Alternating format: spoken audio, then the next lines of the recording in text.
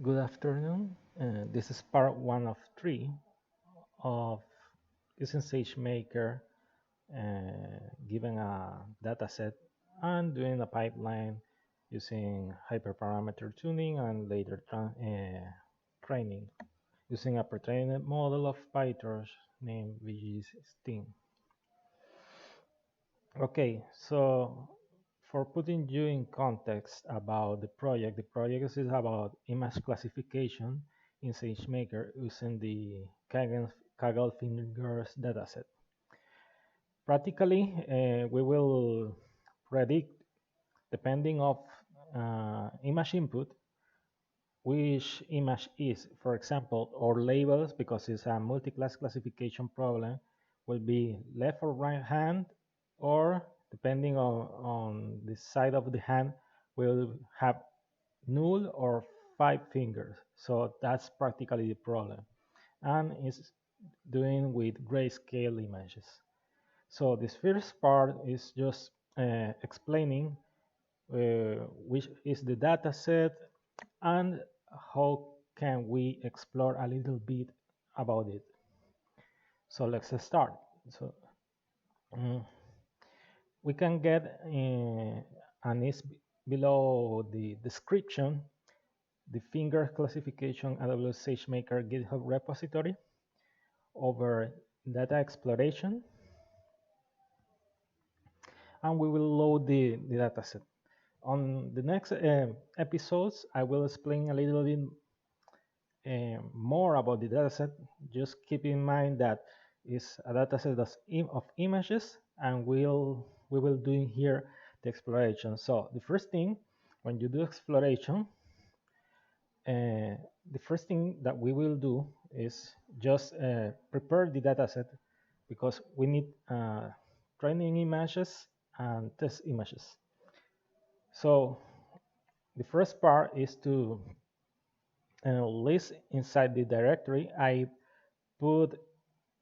will put inside the fingers directory some directory that is named train, and other one that is named test. Later you will see that I will, in other issues, when I say issues is the next chapter, I will split also this training set into validation too. So we will have training, validation, and test set.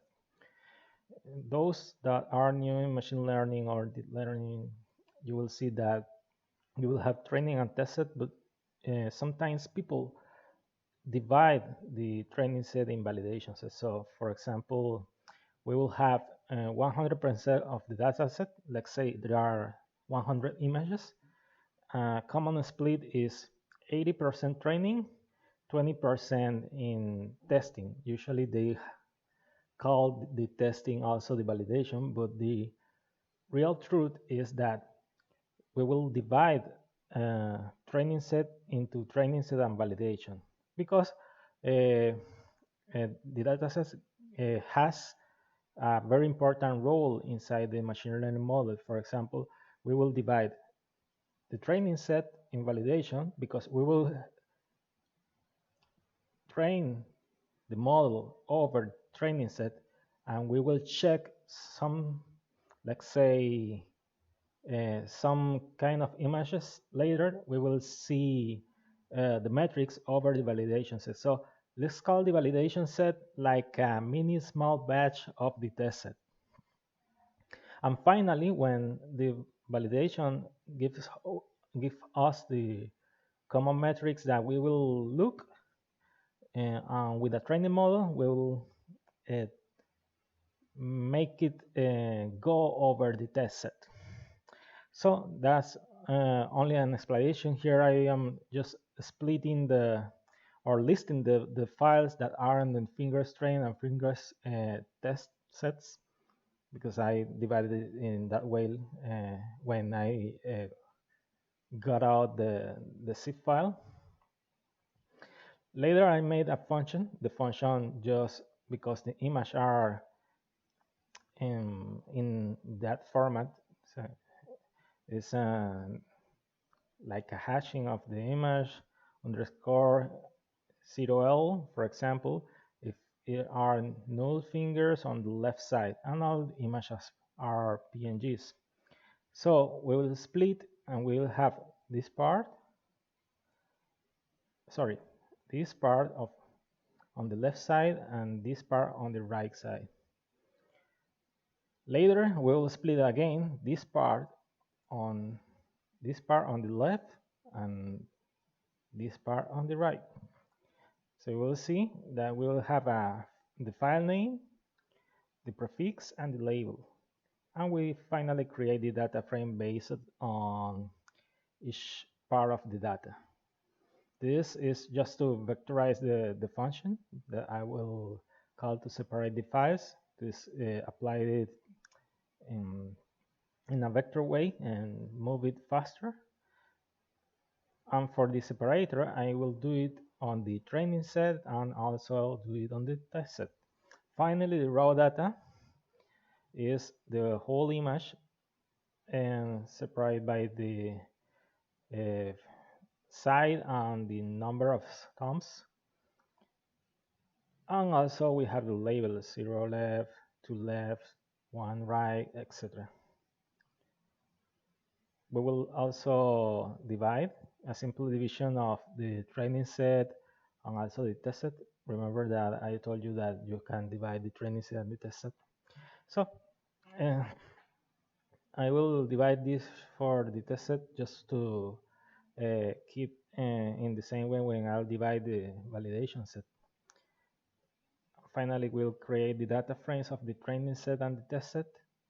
And this is our final data frame. So the file name, the prefix, the finger that are present on this image, the site, and the label. So for training, usually we will see that in the end, we'll need the file name and also the label that is which kind of site and thumbs are present. Finally, we will group by label and apply a function to divide a fraction of the whole data set and drop those indexes to keep the validation. So here are dividing the training set, as I told you previously, on training set and validation set. Just assign again the data sets to keep it tracking of them.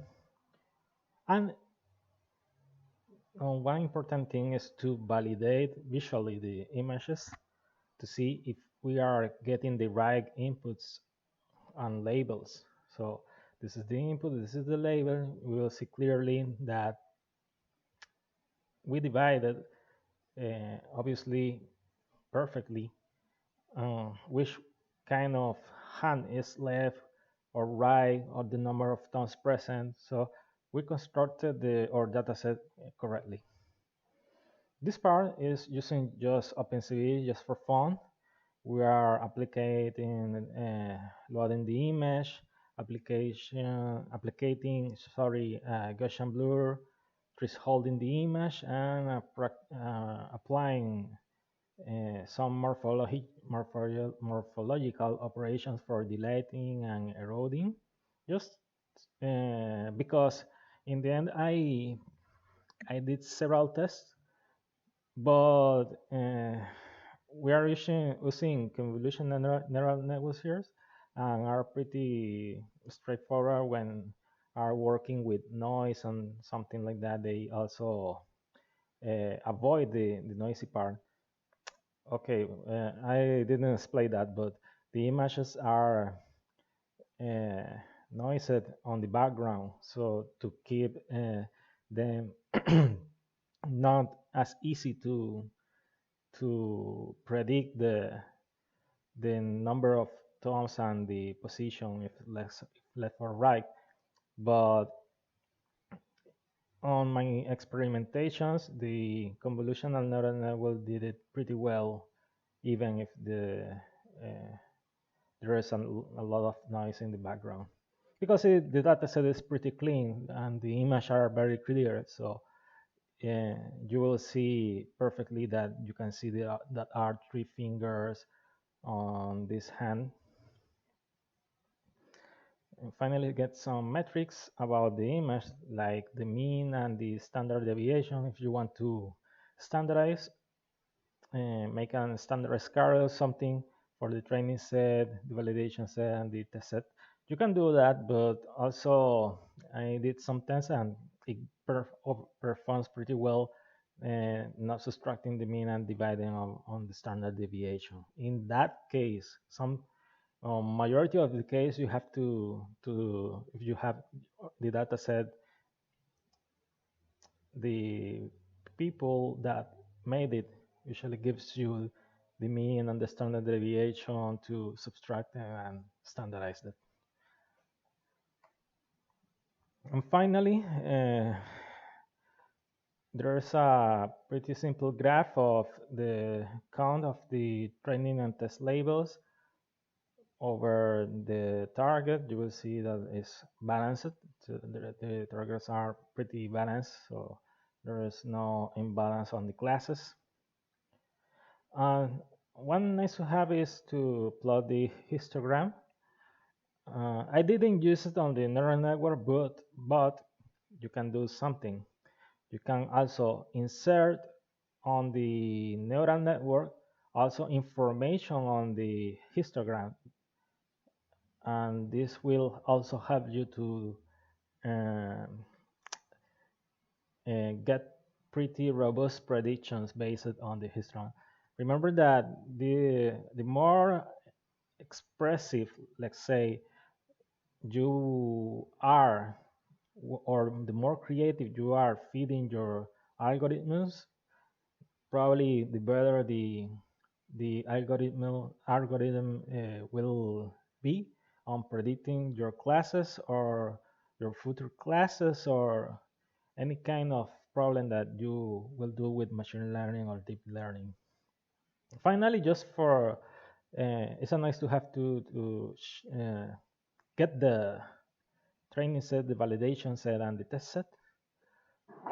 We make some folders of those data sets, also sorted. The fingers sorted over the training, validation, and test set. And in the end, I copy the folders to our final destination. That's all practically. So this is the first part. On the second part, we will be touching more about just the training over the Jupyter Notebook, because this Jupyter Notebook will help us to make the Sagemaker, let's say, pipeline, because I'm not using pipeline right now, just making a notebook and doing the hyperparameter tuning, the profiler, and other things. You will see later. But here is just to get information of the data set and get some insights. So it's pretty useful to do that always, not to start inputting something on the algorithm just because you know, or maybe you know the data set. It's a good practice to do this kind of work before, even if you didn't finish using all the information that you gather here for training, but it keeps you very informed, and you can explain to your clients why or how you made those decisions. So let's wait a little bit to the part 2, probably some few days, and we'll keep in touch.